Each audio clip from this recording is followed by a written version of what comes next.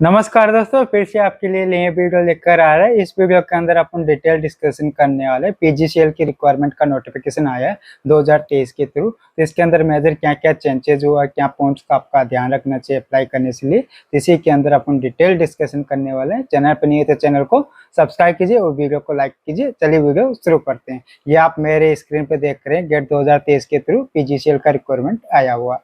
Power grid corporation एक महारत्न company है, इसी के बारे में दिखा रखा है। लेकिन इसके अंदर क्या कर रखा है, एक कंपनी ओवर एड की है, CTUIL का, मतलब कि central transmission utility India limited. मतलब दोनों वैकेंसीज आई है, वो पावर ग्रिड और CTUIL के आई है। तो आपको जो भी ऑफर लेटर मिलेगा वो एक कंपनी के थ्रू मिलेगा और उसको आपको एक्सेप्ट करना पड़ेगा। तो आप देखते हैं कि इसके अंदर क्या क्या इंपॉर्टेंट कुछ चेंजेस किए गए, वो सब कुछ इसी वीडियो के अंदर डिस्कशन करने वाला है। तो यहाँ पर कुछ वैकेंसीज की यहाँ पर लिस्ट दे रखी है। इसके अंदर कौन कौन सी ब्रांच एप्लीकेबल होगी, इलेक्ट्रिकल इंजीनियरिंग, सिविल इंजीनियरिंग और इलेक्ट्रॉनिक्स इंजीनियरिंग होगी और कंप्यूटर साइंस इंजीनियरिंग होगी।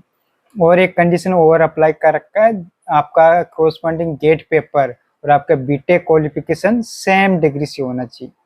तो यहाँ पर देख सकते हो आप, इलेक्ट्रिकल इंजीनियरिंग की 128 वैकेंसी आई है, सिविल इंजीनियरिंग की 28 आई है।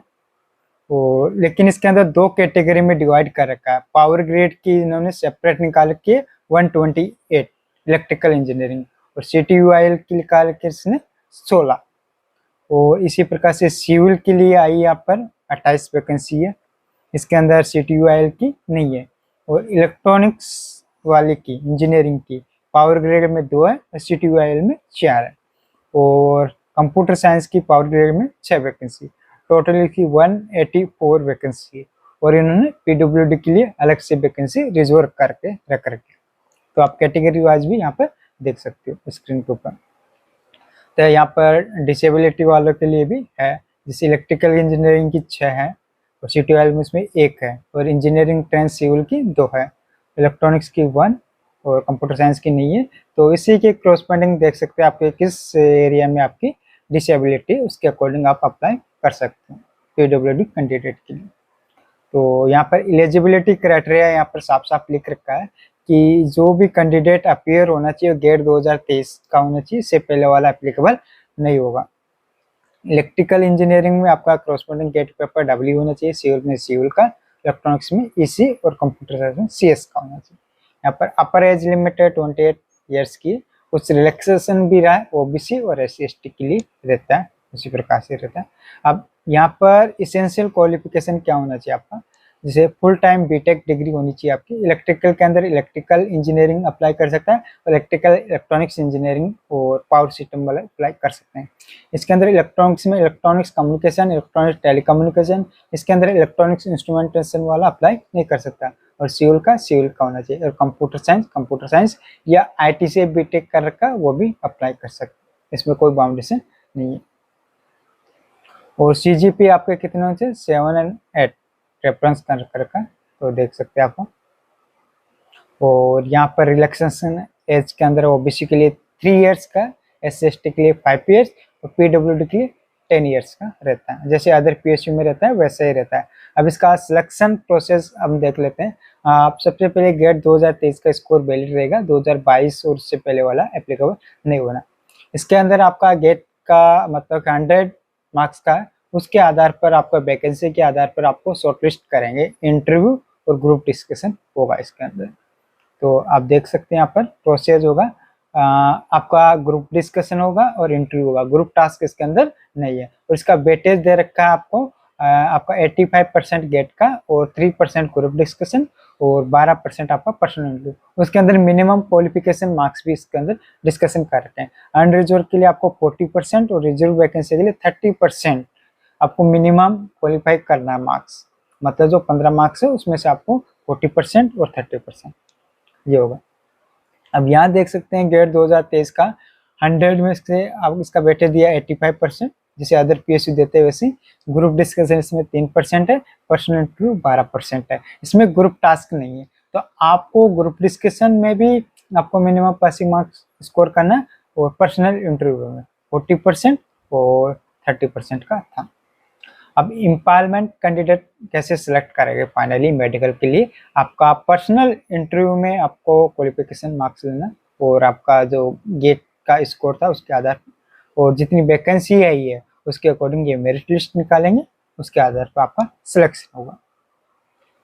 यहाँ पर गेट 2023 का स्कोर वैलिड होगा और इससे 22 का और इससे पहले वाला एप्लीकेबल नहीं होगा।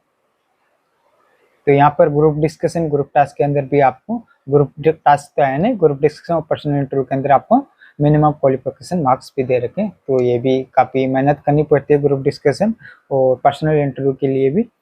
तो एक कंपटीशंस में एक कैंडिडेट को सिलेक्ट करने का कुछ क्राइटेरिया डिसाइड करते हैं अदर पीएसयू। और यहाँ पर आप इम्पोर्टेंट टॉपिक तो ये है कि कंपनसेशन पैकेज क्या होगा। इसके अंदर आपका 1 ईयर्स आपका प्रोविजन ट्रेनिंग पीरियड रहेगा, वहाँ पर आपको 40,000 रुपये मिलेंगे बेसिक में। जैसे ही आपका 1 साल का ट्रेनिंग कंप्लीट हो जाता है उसके बाद आपको E2 स्केल पे किया जाता है, यहाँ पर 50,000 हो जाते हैं।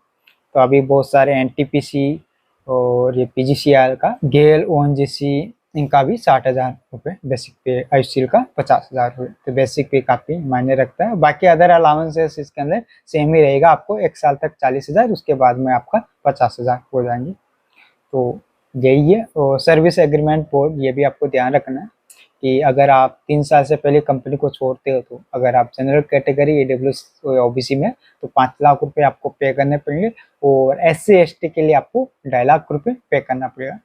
तो यही कुछ इंपॉर्टेंट बातें थी अदर PSUs के थ्रू जो मैंने इस वीडियो के अंदर डिस्कशन की। तो आने वाली वीडियोज के अंदर हम इंटरव्यू सीरीज चालू करेंगे जिससे आपको ग्रुप डिस्कशन पर्सनल इंटरव्यू किस तरह से तैयारी करनी, तो इसी चैनल पे हम प्रोवाइड करेंगे आने वाली वीडियोज के अंदर। तो चैनल पर नहीं है तो चैनल को सब्सक्राइब कर दीजिए। IIT MTech और PSUs और एग्जाम प्रिपरेशन की स्ट्रेटजी वगैरह इसके ऊपर डालते रहते हैं और काफ़ी इंफॉर्मेटिव वीडियो बनाते रहते हैं। तो आपका एप्लीकेशन फीस कितना होगा, 500 रुपये है सभी के लिए, और SC ST वालों के लिए नहीं पे करना कुछ भी, वो जनरल और OBC को 500 रुपये पे करना।